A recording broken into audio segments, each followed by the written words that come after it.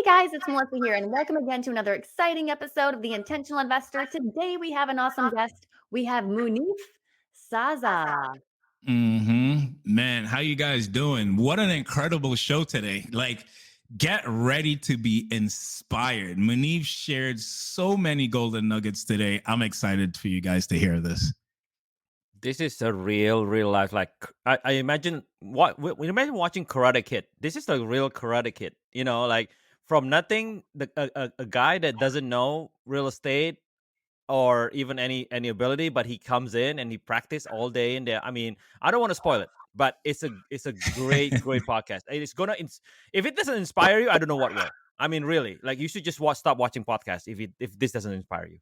You guys, it reminds me of the David and Goliath story. Honestly, like he is the David. He feels so unqualified. He's got sweaty palms, but he's going to get in the ring no matter what, and he's going to beat it up. So, and that's what he did at the Closers Olympics, right? He got second place. Is that correct? Yep, he got second place at the Closers Olympics. And man, what an incredible story. And you know, we get into all about what the Closers Olympics is and that type of stuff, and what being a closer actually means and is. So let's just it's exciting. Yeah. Let's go, guys. Here we go. Let's go. Next, meet Munif Saza. Hello, guys, and welcome again to another exciting episode of The Intentional Investor. Today, we have an exciting show. We have Munif Saza. Munif, welcome to the show. What's up, bro?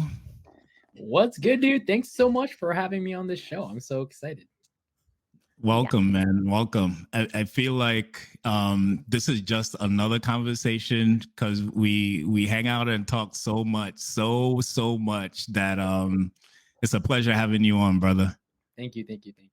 This is like just another coffee break with Munif. or W2 break, right, Munif? I have W2 emails. I looked at, and there's like one email I didn't respond to for 3 days, and somebody was like, hey, "Are you doing anything?" I'm like, "Oh, I'm so sorry. Ooh, Yeah. I'll do I'm it." busy closing, dude. I'm busy closing. Get in line. The pain is real. Well, we're so thankful that you were able to carve out a few minutes to go ahead and meet with us. Is it okay if I brag on you a little bit and a little bit of your history? Go ahead. Okay, awesome. So you, Munif, you were born in Bangladesh in 1992. You're a young buck. You moved to Canada with your family. Your dad was a mailman, and he had enough of those harsh cold winters that you stated that one of his colleagues or one of his other male workers actually lost their leg to frostbite. Yeah. Right. So that was enough of you. You threw it in the towel. Your dad took you, your baby brother, and your mom drove down to Baltimore, Maryland to start a new life. And then that is where you spent a few years in Baltimore, Maryland. And then you moved to Virginia, where you spent the remainder of your life. And now you have your bachelor's degree in biomedical engineering. You've got to get into that. Oh my God. I didn't even know that. Yeah. Biomedical engineering. And you currently work for the Department of Defense as a cybersecurity engineer. Yes. And so you said, believe it or not, real estate is my side hustle. And you are not in real estate full time. You're only doing this part-time, and your goal is to reach $1 million before you quit your cybersecurity gig. Yes. The question is, how close are you? Oh, I'm like way on the other side of that. Like, if I showed you guys a screenshot of my checking account, you guys would have a heart attack because you're like, what are you doing, dude? You're putting it out in marketing. That's what you're doing. You're getting the engine going. Yeah. Oh, well, so anytime I get any extra money, I just buy crypto. I just buy it, and I just don't think about it. I'm like, I'll buy it, and now there's like a dip, so I just like bought more. I like dipped more into my savings. I was like, I need to buy more crypto. But is this the thing with cybersecurity that that you guys are really into crypto? Is it just me, or every time I talk with cybersecurity guys, Keston excluded, you guys buy crypto? Yeah. No, I really believe in it. Like, okay. I believe that like you're going to be, and I could be, who cares what I think. Right. But I really believe in the future, you'll be able to buy stuff with crypto, like houses, like I'll be able to buy a house. So now for me to sell my crypto, I have to pay capital gains, right? Like I'm buying all this, and I sell it for US dollars, and I have to pay all these taxes, and then I have to buy. What if I buy something with crypto I already have? Do I have to pay capital gains on that? Right. No, that's Right. it's a great perspective, man. And yeah, I'm probably the only cybersecurity guy that I don't talk to Oscar about that stuff. Well, I used to be a cybersecurity guy, but I would call myself a fraud cybersecurity guy because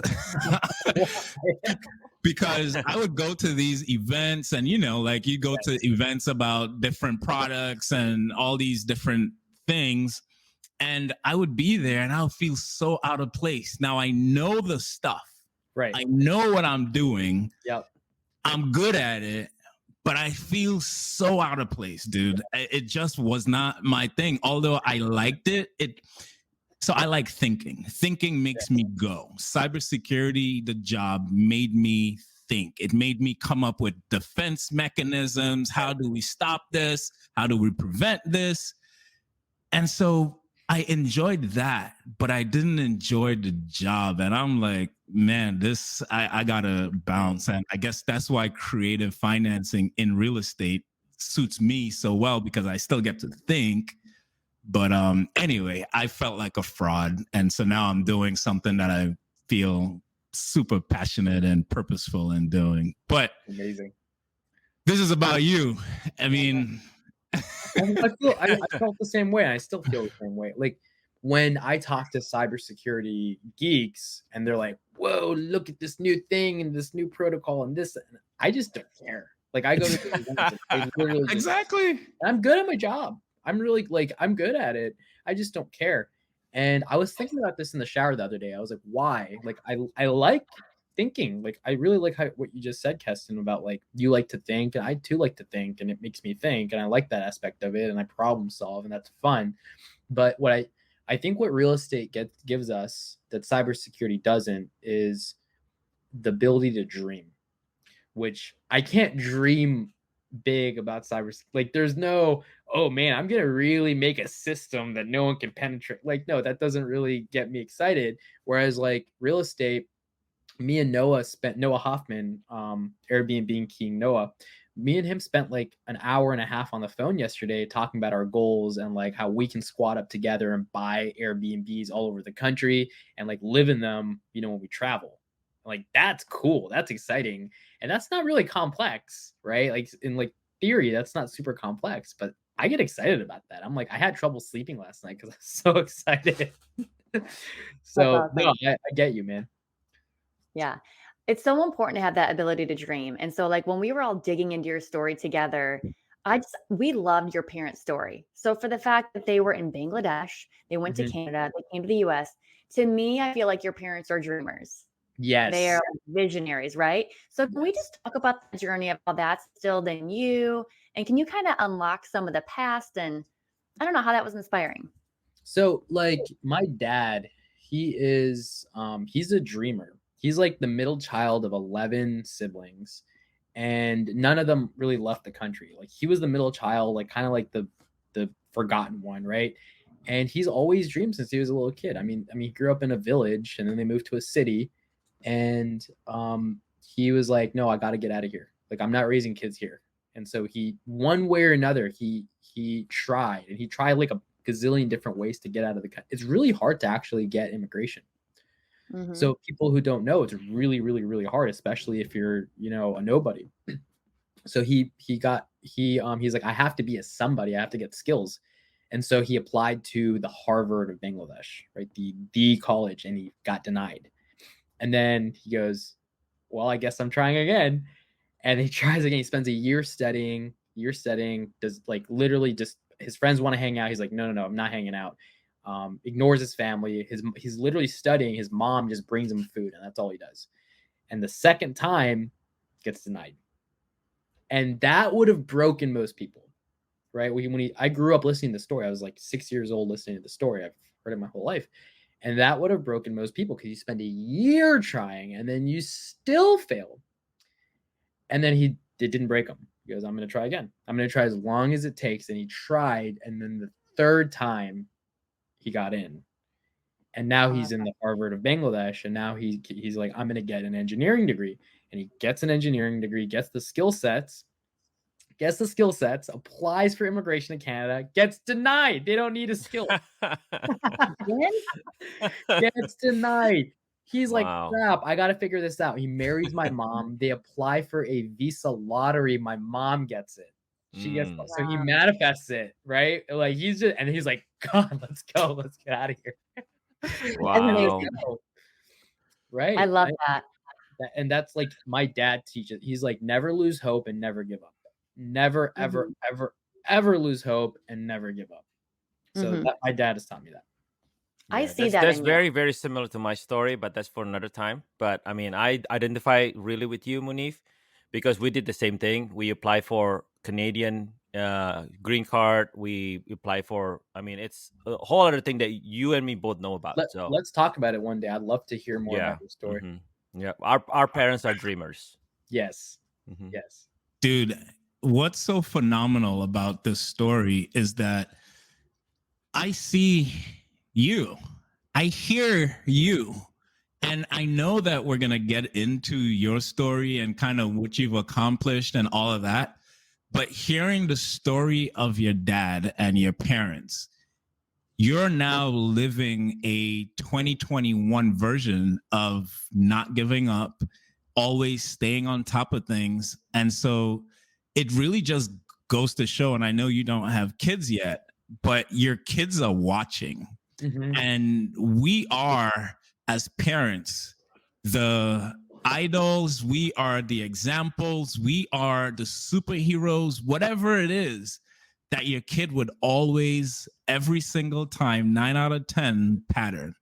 So as to all the parents out there, to whoever that's listening, your kids are watching, and what you do today is what they would then grab from you, as Munif's story perfectly outlined, bro. I mean, I want to go have coffee with your dad. Like, oh my gosh, we would love to have you guys over. We should, you know what? Let's send you to the side and let's get your dad on here. We should have the podcast with your dad. Can I share one more story about that? Please. Just one more. And so that degree he got, he worked so hard for, is a degree in architecture, right? And he loved it. It's like he loves architecture, loves it. And he got his master's in architecture in Baltimore. That was the reason he was able to drive to Baltimore from Canada, because Canada was so harsh. He was like, I need to. So he got accepted into a university, got for a master's degree, and that let him immigrate here. And then one thing led to another. He was able to get citizenship. And so architecture has been his passion, his main primary source of income. And then 2007 happens, and we lose everything. We had a big single family house in a good area in Virginia. We had 2 cars. We had a rental property. And I was in high school, and I really didn't know what was going on. Like all I cared about was like girls and friends. Like I just didn't really know. But I saw my dad lose his job, lose his houses, and lose his cars. We lost everything, right? And that's really when I got into college. I got a scholarship, so I was able to like just leave the situation. And my dad, and we have I have 2 sisters, so and a brother. So like the kids, my mom, they like literally move into a 1-bedroom apartment. My dad's like completely jobless, doesn't get another job for 2.5 years. What does he do in those 2.5 years? Does he cry or complain? No, he studies cybersecurity, and now he's a cybersecurity engineer. Completely just relearns this entire new field, and now he's a cybersecurity engineer doing really well for himself. They have a very nice house. It's like a 6-bedroom house in a better area than they ever had, right? Like they're crushing it. They just bought this house like during the hardest time to buy a house ever. Bought this beautiful house, got a great deal on it. Everyone's super happy. They're crushing it. And I'm like, holy cow. Like looking at it from the macro, like this is what not giving up brings you. He could have turned salty, he could have turned sour. He never, ever once have I heard that man complain. Wow. Never once. That's awesome. That's amazing. You have such a great role model. You are so blessed. Like Yes. I think you realize that, but so many people are not that lucky. So that's awesome. With all of that that's been instilled in you, can you just kind of unpack real estate? Sure. When you got started, how you got started, go through that journey, because I know that Keston and Oscar are going to have some questions for you. Oh yeah. So I was, man, I mean, there's the short story and there's the long story. Let's do the short story. I know we might be pressed on time a little bit. I went to a Rich Dad Poor Dad seminar. I read the book, changed my life, and I knew there had to be more to life than just W-2. I just knew it, and I read the book. And I was like, whoa! So I go to the seminar with my cousin Faisal, and you guys know Faisal. He's an great guy. Me and him go. I actually dragged him to the seminar. I was like, I dragged him in, and he was like, this is crap, right? I'm like, no, let's go. And we sign up for it. We like day one or whatever, we sign up for it. I take out like I had no money, so I like put it on my credit cards, and he had some money, so we split it, and we do it, and we go all in, and we were just doing it wrong. So like we did it. It's great. Like Rich Dad Poor Dad, like elite, like they're great people and great stuff. And I think I look at them as like a college education in real estate, which they are. Like they're like a college education where like if I were to say sub 2 is like trade school where it's very hands-on learning. So we went for the college education, and then we went to our first job, which is our first business, and we're like trying to take theory and apply it, and we're just doing it wrong. We weren't making any money, and I ran out of money. Right, I like ran out of money. I'm like, Faisal, I can't do the business. You get it, like here you go. And he's like, no problem, I got money, like no problem. And so he takes the business. I leave real estate for like 6 months. This is all in 2019. I leave it. I'm like, I got to make more money. I start 2 other businesses with some friends with no startup capital. And then I'm like, I really love real estate. It's so fun. I want to own rentals. I want to own Airbnbs. I want to flip houses. I want to wholesale. And so me and my buddy Eric, we just like spend an hour a night like comping properties, pulling lists, not talking to sellers, not doing anything, like not actually doing lead generation or money making activities. But we just like, I'm just like teaching him wholesaling, and we're watching YouTube videos, and I do that like an hour a night for like the next like 12, 16 months. In the meantime, Faisal is taking action, and he's actually getting money, making money, crushing it. And he's thanking me. I'm like, part of me is a little salty. I'm like, man, like maybe.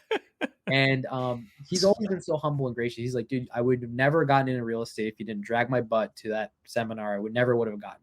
So when the opportunity came, where he found out about Pace Morby and all the cool stuff Pace is doing, he's like, Munif, you did this for me. I'm going to do this for you. I'm going to drag your butt in front of a YouTube screen. I want you to watch Pace Morby talk to sellers. I want you to watch how Pace Morby operates. This guy is my greatest role model.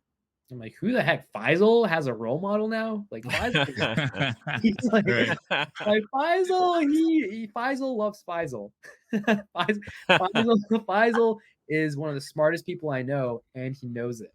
So I'm like, how come Faisal has a role model? I don't buy this. And then I watch Pace, and I'm like, holy cow. And I DM Pace on Instagram. I'm like, bro, I have a W-2 and all these obligations. Like, what? Should I even join? And he's like, dude, we have the daily dial from 7 to 9 every day, your time. Literally just joined for the daily dial. And I'm like, okay. And the rest is history. I literally joined for the daily dial, and I've gotten 100 times the value out of it. Holy crap, dude. There's so much to unpack there. And I didn't know that we were both elite alumni. I went through elite as well. Oh, really? Yeah, I did. Didn't know that. I mean, conversation for another time, but like you said, it's the college. It was one way to start. And sub 2 is the trade school. It is way more hands-on and, doing the business and stuff like that. But now, what about the daily dial and your dreams? So something shifted where you started this other business with some other friends. Faisal came back. He pulled you into sub 2, let's say.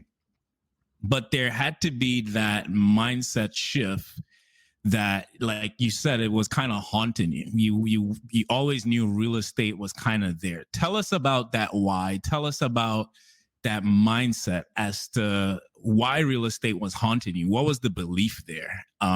And then the transition over back into real estate. So that's a really good question.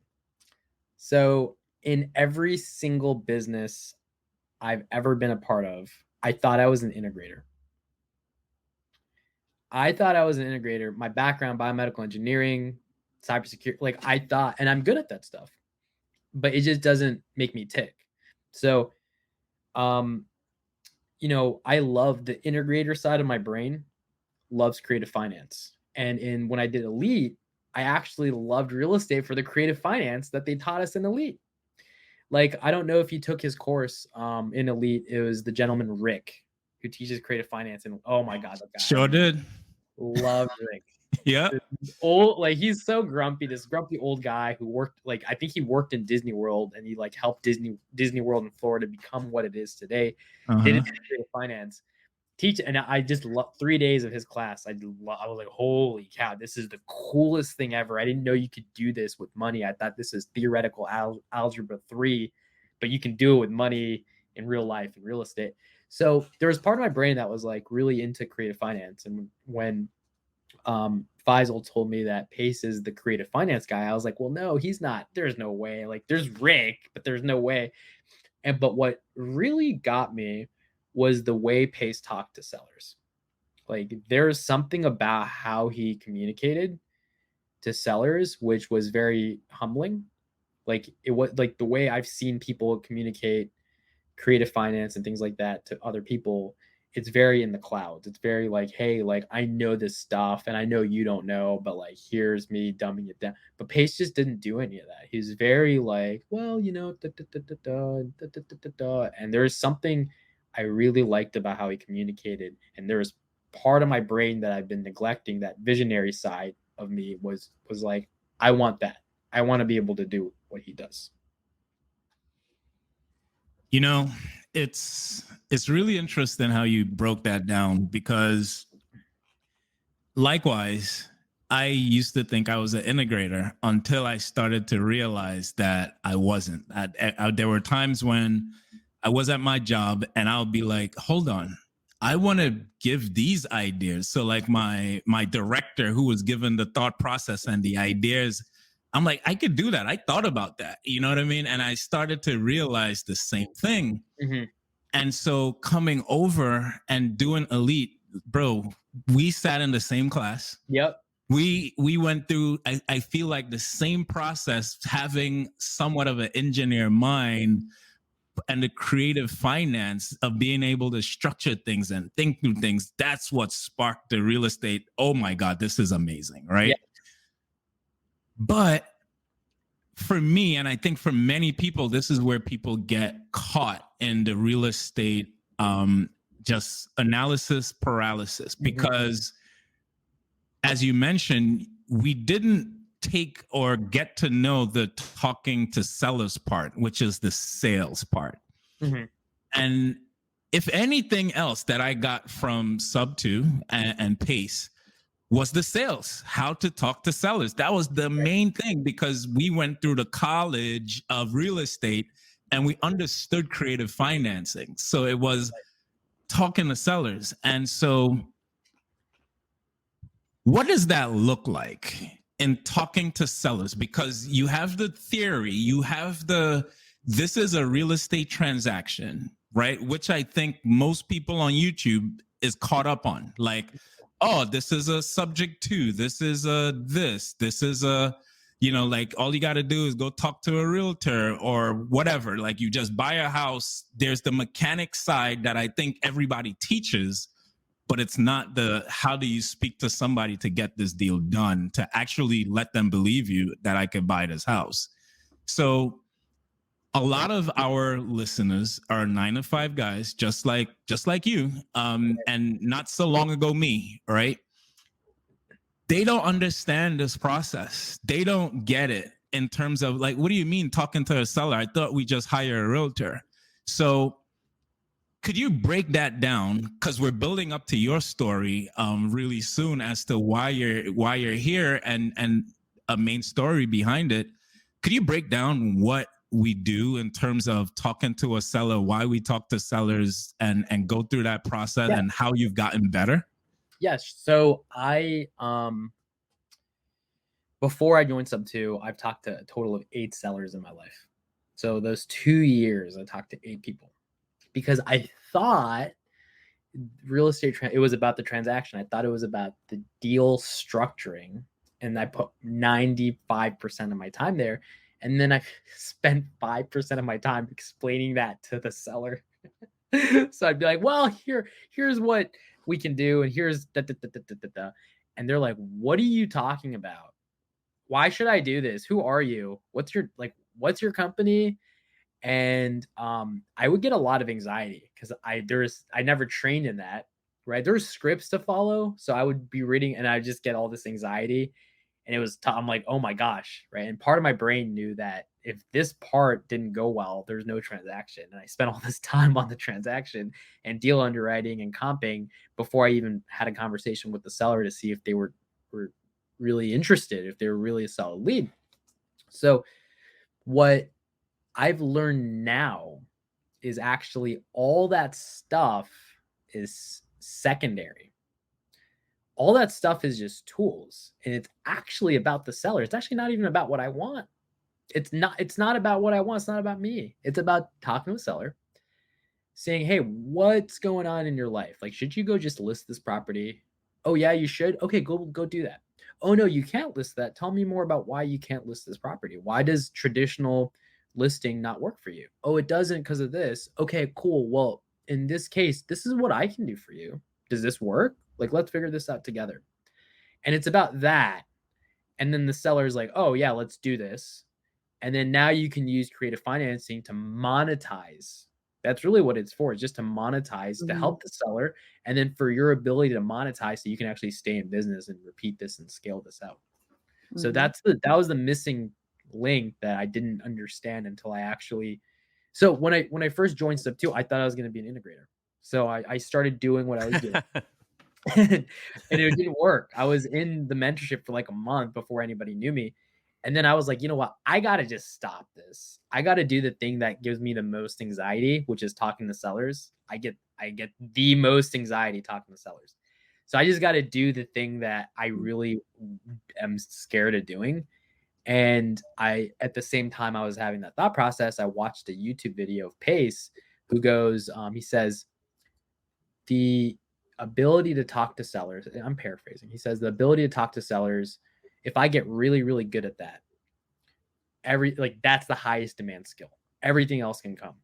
People need people who talk to sellers. So he's like, if I just get really good at this one skill, I can use that as leverage and make a lot of money. And that clicked with me. I was like, okay, let me just get good at this one skill that I've been neglecting and putting to the side because of my fear. And so I joined the Daily Dial. It took me a month before I even joined the Daily Dial. I get on and I'm like, let me raise my hand and do a role play. So for those of you that don't know, Daily Dial is just 4 hours of role play we do in Sub 2 every single weekday. So you role play in front of like 100 people. And I was scared. I didn't do it.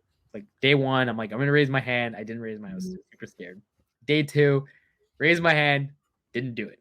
Super scared, super anxious. I'm like, holy crap, I don't even know what to say. A week goes by. I don't raise my hand. I'm just listening. And then I'm like, oh, okay, Munif, you just spend X amount of money joining this mentorship and you're not even going to get the value. Like, are you so scared? You should just quit real estate. Just quit your dreams altogether if you're so scared to do a role play. So then I made a promise to myself. I promised myself I will raise my hand every single Daily Dial until I'm asked to be a teacher on the Daily Dial. That was my promise. And then I did it. And Keston, you may have been there on my first day where I raised my hand. I'm so anxious and so nervous. George Edwards is my seller for the role play. And I'm so nervous.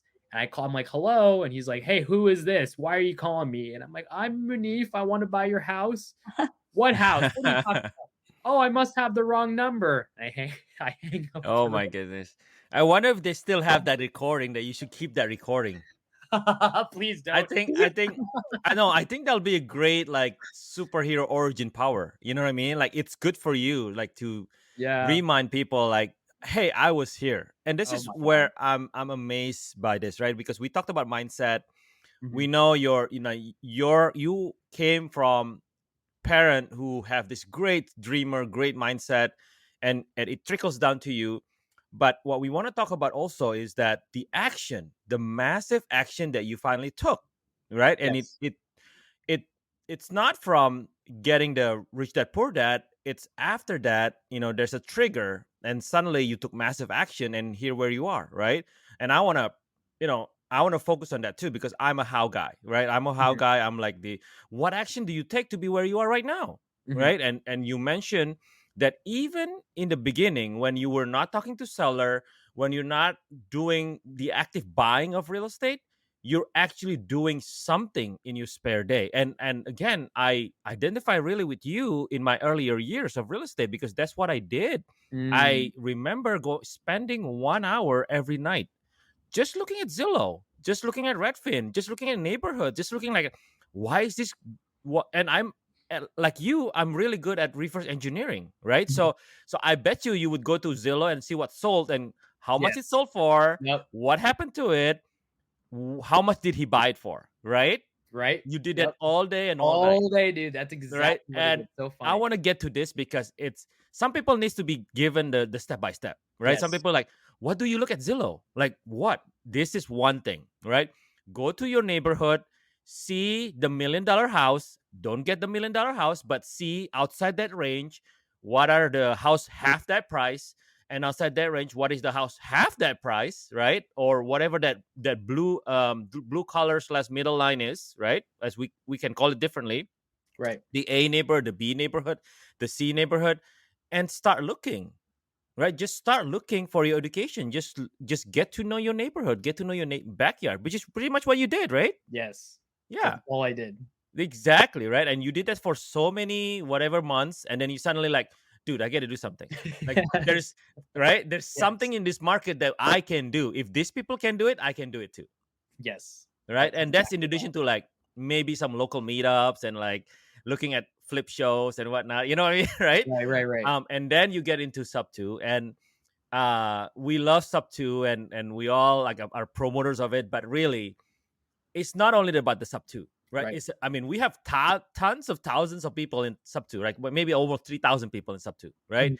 But guess what? How many people are taking action like you do? Just be honest. Let's just be honest, I right? don't know. Like very Okay, small percentage though. there's less than 200 people in Daily Dial Yeah. every That's day, true. That's true. right? Where are the other 2,400 people? And we You are know, doing Daily Dial for 4 hours, right? that's For so 4 hours true. every single day. And That's so whenever true. Pace has like a town hall meeting, where are the other 2,000 people? Because there's almost only 5. Now, I'm not blaming people, no, Right. right? But we're talking about you. We're talking about you, how you overcome what people don't think they can overcome. You are a regular guy, Munif. Yes. I'm a regular You guy. are a regular guy. Yep. Like we are regular guys, right? Yep. But we strive for our dream, Yes. and that takes massive action. That takes sacrifice, right? That takes like that 2 hours that you take instead of go out drinking. That Mhm. takes 2 hours instead of like going to a restaurant or doing something like play games. You know what I mean? I used to play like 3 hours of Final Fantasy every night. Me too. Right? You too, right? I know Yep. you. Yep. I know you, Munif, right? Yep. I did that same thing too, and I had to stop. Yep. I had to sell my PlayStation 2, PlayStation 3, PlayStation 4, and I had to sell all my PlayStations and everything. I had to get into real estate. Yep. And I'm embarrassed to say that, but I was 35 years old playing Final Fantasy before I did real estate, and I had to give that all up. Yep. Anybody can And do this, yeah, right? and now it's Netflix, and now it's Hulu. Now all these shows that like, right? Oh man! Ev- Oh my God! There's a new show about the video game I used to play. So now I Exactly. think it's Right. both. So yeah. So, but what I'm saying is this, Yes. right? It's you. We talked about the mindset. Now we talk about we talked about your why. Now we're talking about the how, which is what people want to Right. get to, right? What is the how? It's simply taking action. It's simply to be connected to a community of same-minded people and just taking action. It's just do it. Just do one thing that kind of scares you one day at a time. So can I say something about that? Because I love Yeah. that. And so when I first joined the mentorship, I met a buddy. I made a battle buddy, right? Because it was somebody who's been in the mentorship for a while. And he was like, man, I just like, I float between different hobbies and I really want to invest in real estate. I really want to do real estate. And I'm like, hey, I'm really new. I've been in and out of real estate. Like, let's be battle buddies, hold each other accountable and like do this together. And so we did it for a month. We didn't make any money. We did different stuff like call Zillow leads and this and that. We tried cold calling and he quit. He was like, you know what? After like 45 days, he was like, you know, we haven't made any money. Like, I want to do this other thing. And I was like, dude, like, but that's the thing. Like, we have to keep trying, right? Because you told me that you wanted me to hold you accountable to do this thing and that you have a tendency to jump between stuff. I know we haven't made any money and we haven't made any progress and we're not closer, but we got to keep trying. And he's like, no. I'm like, I don't, you know, like, I'm good. Like, I really want to do this other thing. I'm like, okay, fine. Like 6-7 months later, I just stuck to it. I'm not, he was better at talking to people than I was. He was better on the phone than I was. And now when I keep in touch with him, I'm like, hey, what's going on? He's like, well, I'm still kind of figuring stuff. And I'm like, dude, like you would have been better. You could have been on the Closers Olympics. You're better than me. You're better than me. You have more talent than I do. And so I'm just like, I think there's a lot of that. I think that people just don't double down or triple down and just say, I will make a way. I will, if there is a will, there is a way. And if there is no way, I will make a way. And I wish that people did a little bit more of that instead of getting indecisive and just jumping ship and doing different things. I want to see more of that. That's really good. So Munif, you just mentioned something. And so one of the reasons that the guys, and I wanted to have you on the show, is the Closers Olympics. So this question is two-part. So number one, can you break down the Closers Olympics, right? The fact that you won silver, you did an amazing job. And then number two, we talked about that goal of reaching 1 million. I want you to unpack for the audience what you're doing every single day on the side of a W-2 job, right? To make that dream happen. So okay, great. Love it. So let's talk about the Closers Olympics. Closers Olympics is where the top closers all over the country are invited to participate, to talk to real sellers. They get 30 minutes to talk to real sellers and lock up a deal. And I was not invited at all. Nobody knew my name. Nobody knew who I was. And people in my Instagram were actually calling me. Elena is one of them. She was like, hey, you should participate in this thing. And I'm like, no, I'm good. That's really scary. That's really intense. That's like sounds really anxiety inducing and very stressful. Like, I'll do it when I'm better. And I was like, not going to do it at all. I was like, no freaking way. But part of me, there's that same part of me that didn't stand up at the Daily Dial that first week is the same part of me that convinced me to say that. It was like that part of me. And I'm like, man, maybe I should try. Like, no, it's too much. Like, and then I came up with excuses. Like, I'm just so busy and this and that. And then Pace freaking Morby in Wholesale Hotline calls me and Dan Quijano out. We're watching, we're in the comment, and he's like, you know, there's open tryouts for the Closers Olympics. I will bet $5,000 that one of my students make it to the final round of the Closers Olympics. Munif, I see you in the comments. $5,000, Munif. Or Daniel, I see you in the comments. $5,000 on Daniel. It's like $5,000, one of my students. And I'm like, holy crap, he just called me out. And I have one rule I live by. This is one rule, and I made this rule up when Pace told me to start streaming my seller calls on Twitch. And that's a whole nother story. One rule is always listen to Pace. That's my one rule. Like it's like my golden rule. Like Pace says something, always listen. He has never steered me wrong. So when he told me to go apply, guess what I did? I went and applied. And the tryouts were actually in the middle of my best friend Matt's bachelor party. We went to Austin, Texas to see the Formula One race, and it was in the middle of that. And so I couldn't wiggle my way out of either obligation. So I actually left the Formula One race early, and I found this like abandoned farm, and I took the tryout role play from there. And one way or another, I actually made it in. And now I'm in this thing. I'm in the Closed Olympics. I'm like, crap, I need help. I'm not as seasoned as these guys. And funny enough, Oscar and Keston helped me train for the Closers Olympics. So I don't know if a lot of your viewers know, guys, like you guys are there every week in the Daily Dial. You guys are teachers and leaders in the Daily Dial, that helped me become who I am and that gave me the skills I needed to even participate in this thing.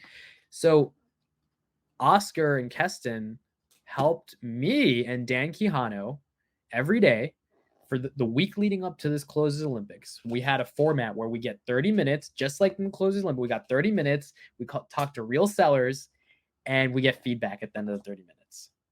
And these guys just helped me and Dan so freaking much. We did it like 3 hours a day.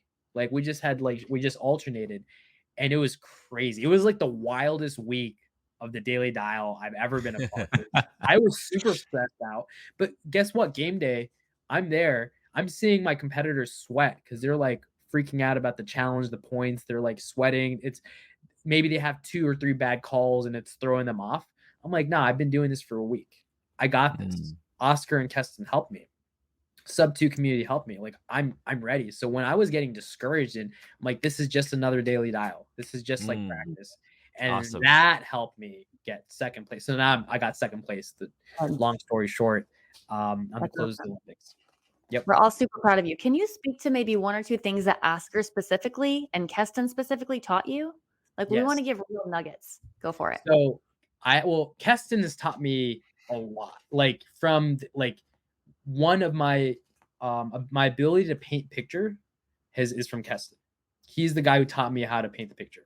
Paint the picture Tuesdays. Paint the picture. Like that is ingrained. So when I talk to sellers, I have Keston's like radio DJ voice in my head. Bro, I have that every night, man. It's a nightmare. And what Oscar said that's very specifically for the Closed Olympics. So because I had Oscar's voice in this year. If I had Keston's in this year, it's Oscar's in this year. And Oscar was like, bro, it's a game, collect points. Don't waste time. You've got a time limit. And he said this to me over and over and over again. He's like, it's a game. It's not like the best closer doesn't necessarily win. The best game player wins. It's a game. Get the points you need. Don't waste time. And so I had that because like I can get carried away in seller calls. I can get carried away. I can get, if someone starts talking about their dog, I'm like, oh my God, I love dogs. What breed is your dog? And like, I really, that's just me. And so I had Oscar's voice in my head just saying, hey dude, like stay focused. It's a game, collect time, keep track of time, collect points and collect as many as you can. And look, by playing that, I beat the 3rd place by 1 point. Wow. I'm not a better closer. Amazing. Like I'm not a better closer than Max. And like Max knows this. I've told Max, I'm like, dude, you're amazing. But I played the game better than he did. Right. And I beat him by 1 point. And that's freaking awesome. Like I was like super stoked. I'm like, okay, cool. All those years playing games paid off. Yes. Those Mario Kart pay off. Yes. What I hear from your story is that it's an art and it's science. For Keston, it's an art. For Oscar, it's a science. And that's why they're so good. Great. Yeah. And what I want to highlight about this story, and this is now the 2nd or 3rd time you said it. When your partner, who was your battle buddy when you first joined Sub 2, he gave up, right? He changed fields. You did not. Yes. And another thing is that the person who got 3rd place, you're admittingly saying, I'm not better than that guy. Right. And so you also said about your partner, you got more talent than me. Why didn't you do it? Yep. This other person now in 3rd place also has more talent than you, but you got 2nd place and you could have gotten 1st. And so what I want to highlight here, guys, is talent is not as important as consistent action and being able to practice, show up, because man, in your story, and I could reference so many things in life, but just from the story that you've given us, you have proved and showed that if I give myself a promise and I commit to something, because it wasn't until you committed to saying, I'm going to raise my hand every day on the Daily Dial, that's when you started to live to your promise to yourself. And now, and there's so much of your story that you left out. I know your story when you were at Formula One and all this type of stuff, and you couldn't get a signal and you had to hop the fence to go to where you needed to go to, and you walked a mile. And I'm hearing your dad in you. Yeah. Right? I'm hearing the never give up mentality. The I don't care whatever I start, I'm going to finish. I'm never going to give up. I'm going to continue to try. That has gotten you in this second place. And what a mind-blowing story. And it's just like to see how this guy that couldn't get into university in Bangladesh transformed all the way down to I was told to join the Closers Olympics. I'm in Texas without signal, but I'm going to continue to try. I'm going to hop this fence. I'm going to walk a mile. I'm going to find a signal. Yep. And compete and play this game, use all these techniques, train for a week. Well, you know what? I think that's almost unfair of you to say, because you train every day. Yeah.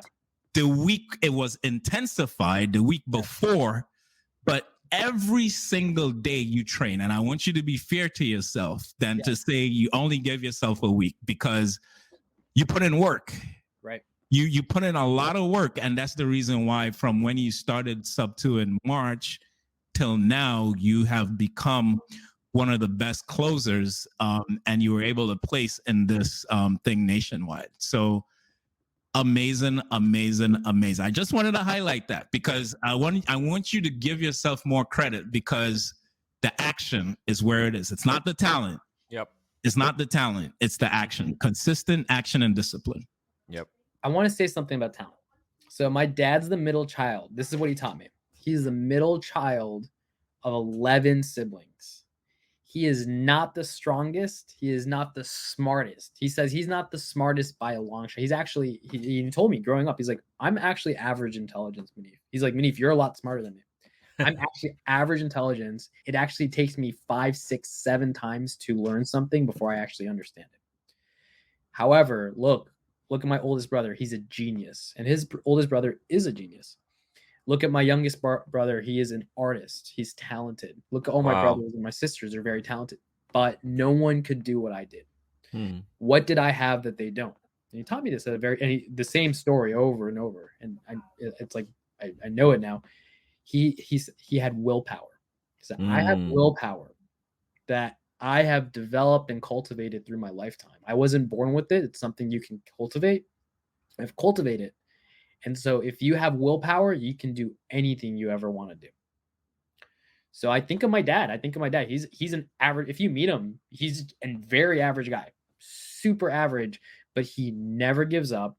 He never loses hope. And he has willpower that will astound you. I love that. Mic drop.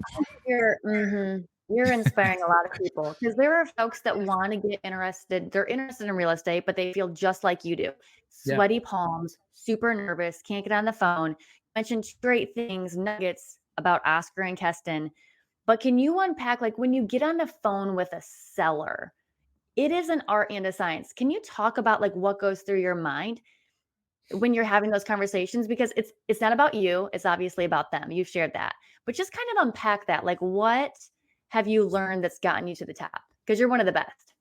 So I used to use scripts and they were terrible. And like actually on this show, I was like, hey, I can't, like, I know you gave me questions, but I can't even preemptively prepare for them, because if I did that, I would actually, it would just come across like, it's just not me. I just can't do that. And it's the same thing with sellers. Like I can't use scripts. And then Pace says something. He says something. It's like a quote. And I wrote it down like a million times after I heard him say it. And it's, my only script is the seller's emotions. And I was like, there's something there. And so I just started using that mantra and incorporating that into my my calls. Now that's the art side, right? And then I have guys like Oscar helping me with the science. Like, many, if you can do rapport, You're good at rapport and you get the emotions and you can pull pain out, but you have to do something with it, right? So I can emotionally connect to the sellers. I can use that emotional connection to say, hey, what's really going on here? Like, what's your problem? Okay, this is your problem.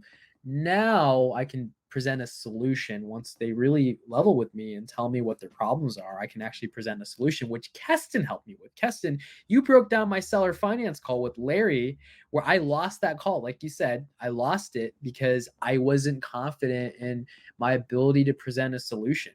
So it's a lot to unpack on like all the things I've learned and all the things I do, but really find out their problem, right? And there's a lot of ways to do that, and then present a solution. And then there's a lot of ways to do that. But the simple, find out their problem, present a solution. Easy as that. So what's your follow-up look like? What do those tactics and strategies look like? I don't follow up.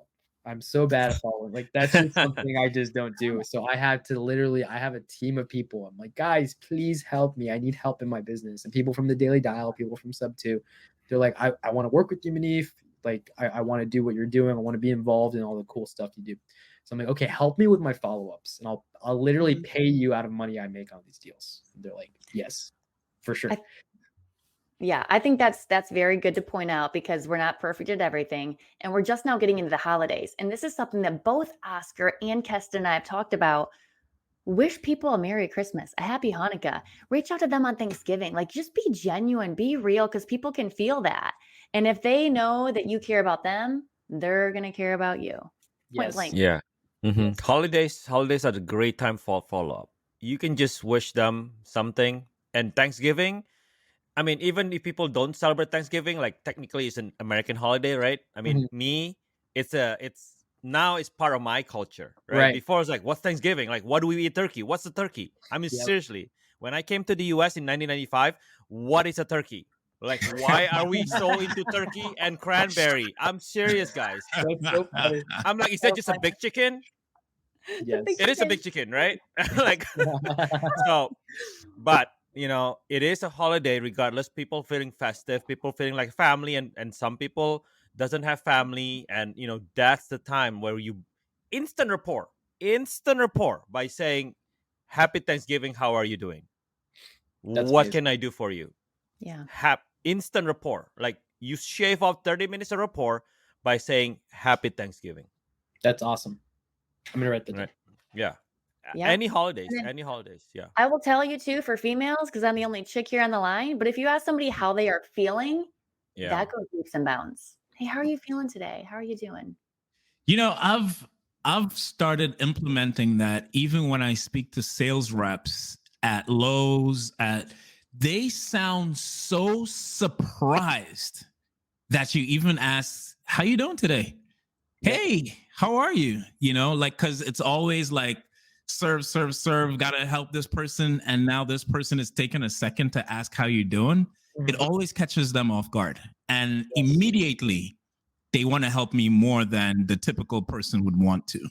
Now and so even learning sales, learning how to speak to sellers, and guys, when we say sellers, it's people that want to sell their properties, right? Learning how to speak to sellers and sales has taught me how to implement so many different things in life, because we're not always going to speak to sellers.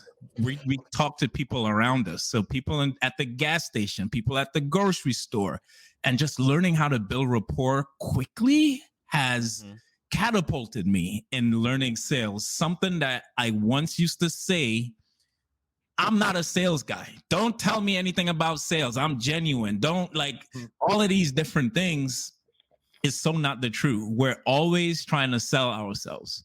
Yes. We're selling something every single second. Me talking right now, I'm trying to sell you that sales is important, right? Like it's always a sale. And so I wish I understood sales so much earlier in my life. I would have been, it would have just been life-changing, because now I'm like, holy crap, I can't believe this is this deep, man. Keston, do you want to know what I call sales? Tell me. It's emotional intelligence.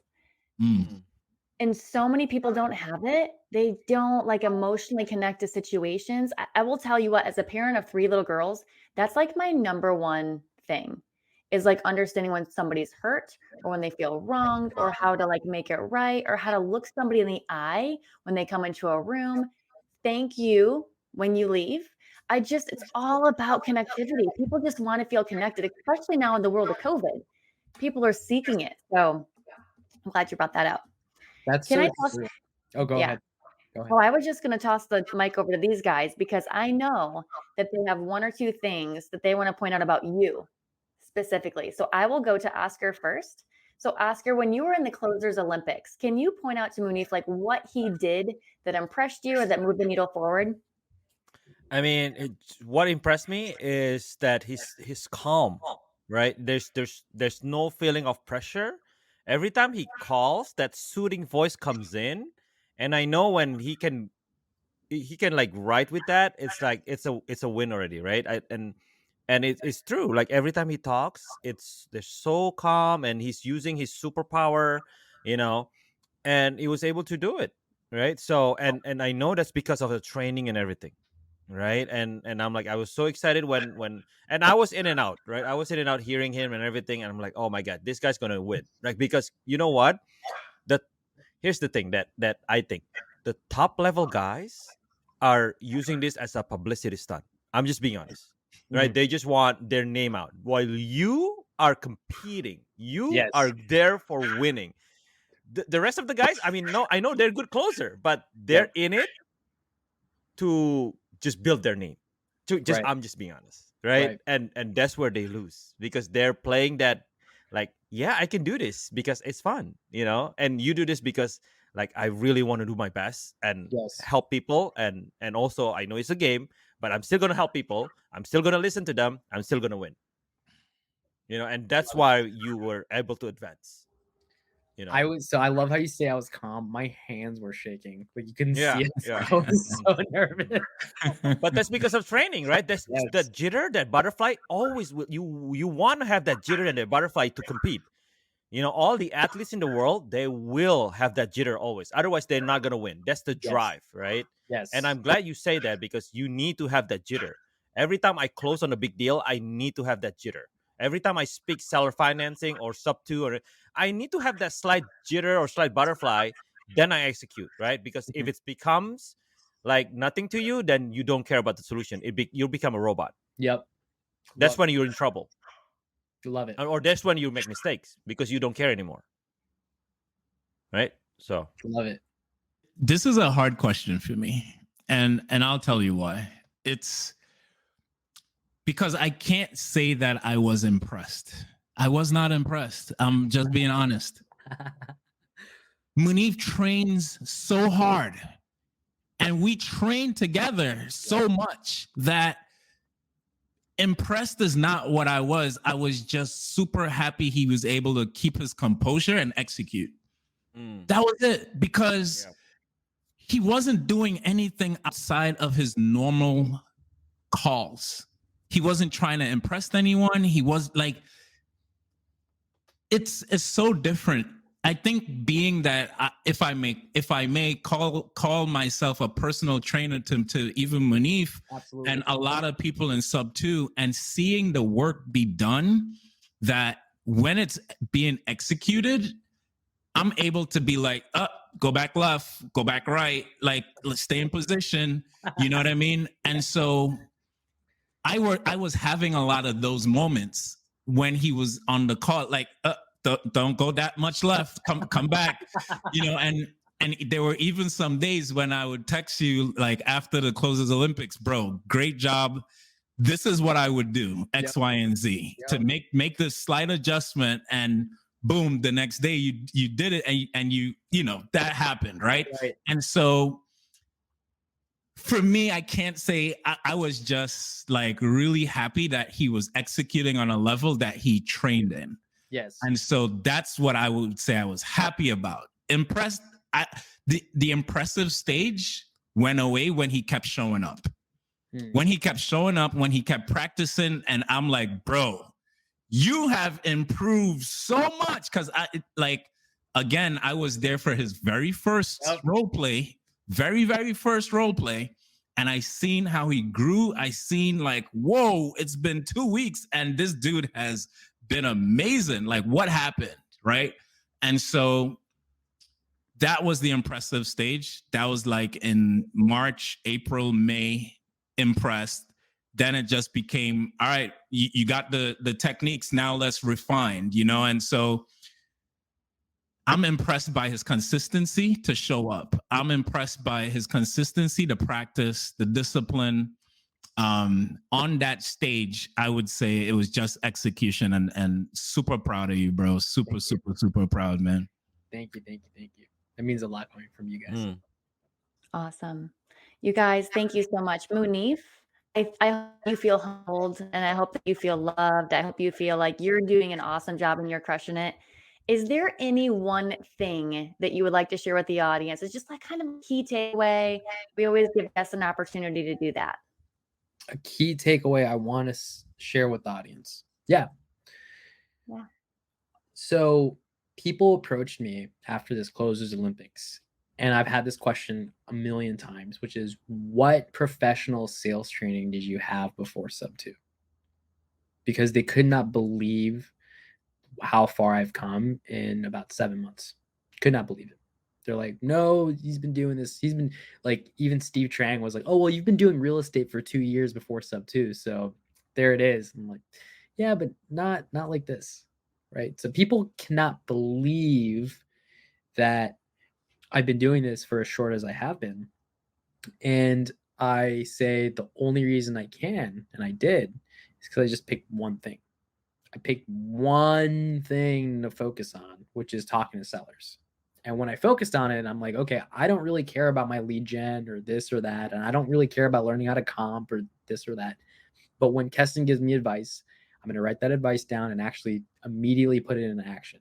When Oscar gives me advice, I'm going to write that advice down and I'm going to immediately put it in action and practice it. And in like, you guys haven't seen me in my shower or me in my car or me folding laundry practicing out loud, saying the lines, saying, role playing with the fictitious seller in my head and just talking to them. You guys haven't seen those hours and hours and hours I spent on that, where maybe somebody else would be comping something or learning this or watching a tax video in the Zoom or whatever. I just focused on one thing nonstop every single day, 7 days a week, until I was able to compete at a very high level. So one takeaway is just focus on one thing. Just get really, really good at one thing and just do it consistently. You're going to improve. That's really good. The other thing I just heard you say is to put yourself around people that are better than you consistently. Yes. Oh, yes. Absolutely. So amazing, man. And bro, to the audience that's listening, I just want to clarify one thing, is that, you know, Munif gives me credit to help him. He gives Oscar credit. And I will say, for me, I didn't have sales training prior to sub 2. I give my sales training skills from listening to Pace. Hands down. Yeah. Not that he told me what to do, but my ability to break things down and understand, and he gave me references and books to go read. That is what got me to like, oh my God.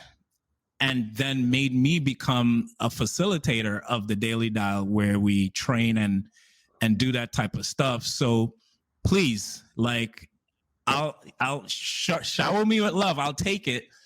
But I have to highlight and say that my ability to do what I do was initiated from a sales process standpoint from our mentor, Pace Morby. Yeah. I didn't have any sales training too. I mean, Amazing. You know, I read books, I went to the Zooms, and you know, being a real estate investor is different than being good at building rapport and everything, right? Everyone can be a real estate investor, right? By buying an MLS, short sell, whatever. But what we're talking about is a whole different level, right? The ability to talk to seller, build rapport, and get off market deals is totally different set, totally different skill set. Some people train professionally. We didn't. I mean, I'm as much as an engineer as you and a student of Pace, right? So Yeah. So Munif, I know we're over time. 1 minute. What's next for you? What's next, bro? I mean, Dude, you must be hitting left and right by like girls want to date you, no, like no, no. want to take you. Like, can you speak at my event? Like, I mean, can you be my closer? I mean, that's like, what's next for you, Munif? So, I've been struggling with this these past couple weeks because I'm like, Mhm. crap, like, because it's like your brain has like a dopamine curve, right? So, like, you do all this stuff, you train, a moment of celebration and joy, and then all the hormones and the neurotransmitters go, and then you're just like, what next? Um, and so what's next is getting $1 million so I can quit my job. So I have a plan. I'm gonna I want to buy and own 20 Airbnbs next year with Noah Hoffman, my partner. Mhm. Me and him spent like hours talking about this vision we have. We're like, we can do this, and he's like, yes, because Noah wants to own Airbnbs. He does it for other people, but he's like, I want to own, and I'm like, I want to own. He's like, let's own them together. And so now I'm like, okay, cool. This is a really cool way I can actually hit that goal in a reasonable amount of time, because Noah's really good at finding Airbnbs that cash flow. Right now, I can use all of this Closers Olympics and all this publicity as leverage to say, hey guys, I can give you guys a return on your money if you fund my Airbnbs. Now I can go raise private capital. Me and Noah can be a tag team and start building our rental portfolio. And right now, I'm actually working on an Airbnb by closing on it by the end of the year. I'm raising private money for. Last thought. The only reason I even considered buying an Airbnb is because Pace told me to 3 months ago. He was like, on a whim, he was just like on a Zoom with me, and he was like, you should buy an Airbnb. I mean, if I'm giving you homework, buy an Airbnb by the end of the year. And that was not in my plans at all. At all. And now it's like manifesting, and I'm like, I have to jump on this because Pace told me to. So to give credit to Pace, he hasn't necessarily, like, I haven't listened to his seller calls as much as maybe Keston has. But what I have done is anytime Pace points in a direction, he's like, Munif, go that way. I will go that way and bring something back. And it's always served me. And he's done that 4 or 5 times where he's like, go do this. And every single time I've actually listened to him, taken action, my life has changed every single time, from streaming on Twitch to going to the Closers Olympics to now buying an Airbnb by the end of the year. Every time he says something, it's changed my life. Fantastic. Awesome. Love it. Munif, how can people find you? Can you give your Insta handle on Facebook? Yeah, just it's literally Munif Saza. I am the only Munif Saza in the world. There is Lucky you. Yeah. Well, Wait until you have the scammer, because you're so popular, and then it's gonna be like Munif _ Saza 123 and Munif.Saza 123. You'll see it, man. Dude, last story, I promise, about my dad. My grandpa's last name is Scouser, and everyone else's last name is Scouser. My dad is Saza because back then people believed in visions, and my grandpa had a vision when my grandma was pregnant that he would have a baby boy, and the baby boy would grow up and travel distant lands, and the baby's boy's name would be Malik Saza. It's a completely made up name. So Saza is not a name that's passed down from generations. It's a new made up name. So I'm the only Munif Saza in the world. Wow. I love it. That's awesome, man. I love it. So right now, Munif, you could go to domains.com or wherever, GoDaddy, and buy munifsaza.com. Oh my God, you better buy it. I'm just going to go to GoDaddy right now and see if it's available. Please don't. Like, have people go and buy it, and then I'll charge you for it. Oscar's gonna buy it by the end of the day, so you better do. I'll wholesale it to you, Munif. I'll wholesale it to you. I'm banking on you being famous, so every year I can 10x on it. That's so funny. That is the nicest thing anyone has ever said to me, that they're gonna go steal a domain because they believe in me. Oh gosh. So Instagram, Munif Saza, Facebook, Munif Saza. Do you want to throw out your email address? Munifsaza@gmail.com. Oh my gosh. No dots or anything. No, there's no. That's so else. awesome. I love it. Love it. Well, you have been a pleasure to have on the show and a breath of fresh air. Munif, thank you so much for joining us. We're proud of you. Congratulations again for being a runner-up to the Closers Olympics with Pace Morby. Thank you so much for having me. I look up to you guys. You guys are awesome. Thank you so much for having me. Appreciate you. And let's do this again sometime. Appreciate it, man. Will do. Definitely. Oh, you have a podcast, bro. Yeah. There you go. Tell them about your podcast. Oh, I have a podcast with Caroline. It's called "What's Your Problem." Yeah, we have Nice. like 2 episodes out. We talk just like this. So we're on Spotify. So just look up "What's Your Problem" or just DM me on Instagram and I'll just give you the link. Awesome. Awesome. That's awesome. Thanks for plugging that. Sweet. Thank Thanks. you. You guys have All an right, awesome day. You too. All right. Thanks, buddy. Peace. Peace.